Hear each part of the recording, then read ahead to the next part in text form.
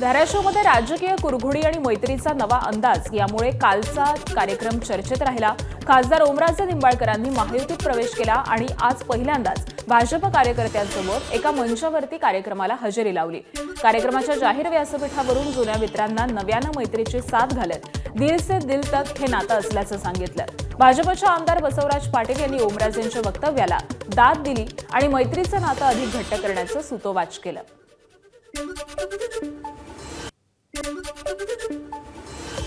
सामान्य जनतेची ताकद काय असते मला वाटतं पाटील साहेब तुम्ही आमदार झाल्यापासून माझा प्रवेश झाल्यापासून बऱ्यापैकी लक्षात यायला हळूहळू सुरुवात झाली आहे आणि हे मला वाटतं हे चांगल्या प्रकारची चाहूल आहे म्हटलं तर काय वावगं ठरणार नाही।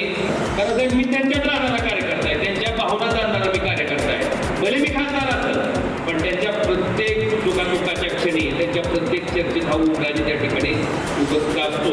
त्यामुळे त्यांच्या भावना निश्चितपणे मनात दिल से दिल तक का नाता आहे आणि ती जोडला गेलेला आहे आणि ती तसाच अखंडपणे जोडला राहील एवढं वचन देतो।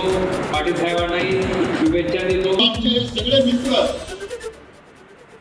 आमच्या एका खासदार मित्राने या ठिकाणी उल्लेख केला की हे जागतिक मैत्रीचा दिवस आहे। मला वाटतं वकील साहेबांनी चांगले दिवस आणि म्हणून मी सगळ्या आमच्या मित्रांना आणि आपल्या सर्वांना आपल्या साक्षीनं एवढंच सांगू इच्छितो की ही मैत्री या पुढील काळामध्ये आपण अधिक मजबूत करूया।